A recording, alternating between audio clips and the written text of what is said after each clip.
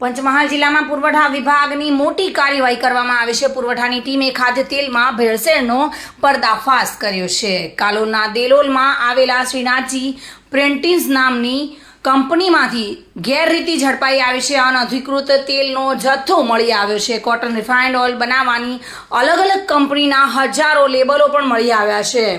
કાચું palm oil મંગાવી તેમાં અલગ અલગ એસેન્સ નાખી એક જ ઓઇલમાંથી અલગ અલગ પ્રકારના તેલ બનાવવામાં આવી રહ્યા હતા અને આ ખાદ્ય તેલની પ્રખ્યાત રાણી બ્રાન્ડના પણ લેબલ અને તેલ ભરેલા ડબ્બા ફેક્ટરીમાંથી મળી આવ્યા છે। તમામ સેમ્પલ ગાંધીનગર ફૂડ લેબોરેટરીમાં મોકલવામાં આવ્યા છે। જો કે ફેક્ટરીમાંથી તેલના 15 કિલોગ્રામના 19 ડબ્બા તથા ખાલી ડબ્બા 2000 નંગ અને 2400 જેટલા ખાલી કારબા 1 લીટરના 4320 ખાલી બોટલો અને 500 ગ્રામના 2939 જેટલી ખાલી બોટલો મળી આવી છે। કુલ રૂપિયા 2 લાખનો મુદ્દા માલ જપ્ત કરવામાં આવ્યો છે અને ફેક્ટરીને સીલ કરી વધુની કાર્યવાહી હાથ ધરી છે। આજ રોજ પંચમહાલ જિલ્લાના કાલોલ તાલુકાના દેલોલ ગામ ખાતે બરોડા હાઈવે ઉપર આવેલી શ્રીનાથજી પ્રોટીન્સ તેલની ફેક્ટરીમાં અમારી જિલ્લા પુરવઠાની ટીમ અને કાલોલ મામલતદારની સંયુક્ત ટીમ દ્વારા બાતમીના આધારે જે તેલની બનાવટ થઈ રહી છે તે અંગે આકસ્મિક તપાસણી હાથ ધરવામાં આવેલી હતી। આ તપાસણી દરમિયાન જે મિલ માલિક છે અનીશભાઈ એસ ચુડેસરા તથા ઠક્કર જેમનભાઈ તેઓ અહીંયા હાજર જણાયેલ નથી, પરંતુ અહીંયા જે સંચાલક કરે છે તેમને હાજર રાખી અને તપાસણી કરતા અનધિકૃત જે જથ્થો મળી આવેલો છે જેમાં કોઈ ખરીદીના બિલો નિભાવેલા નથી, સ્ટોક પત્રક પણ રજૂ કરેલ નથી, વેચાણ પત્રક અને વેચાણના બિલો પણ રજૂ કરેલ નથી।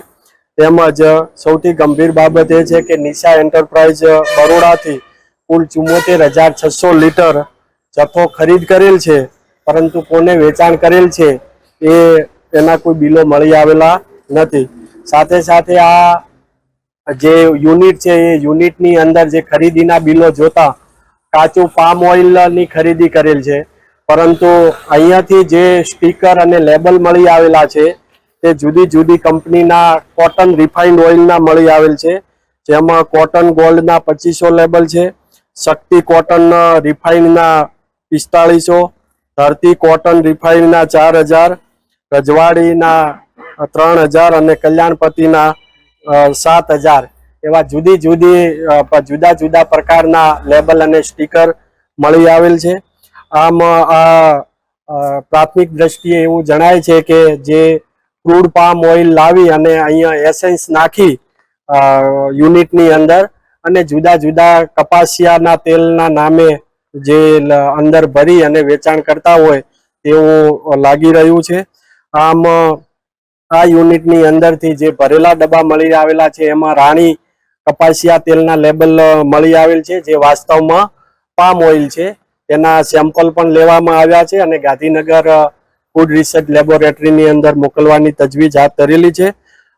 તેલના 15 કેજીના 19 ડબ્બા, ખાલી ડબ્બા 2000 મળી આવેલ છે, 5 લીટરના ખાલી જે ગેલણિયા છે એ 2400 મળી આવેલ છે, 1 લીટરના જે 4320 બોટલ મળી આવેલ છે અને 500 ml ના 293939 આમ કુલ મળીને 2 લાખનો જે મુદ્દામાલ છે એ મળી આવેલ છે।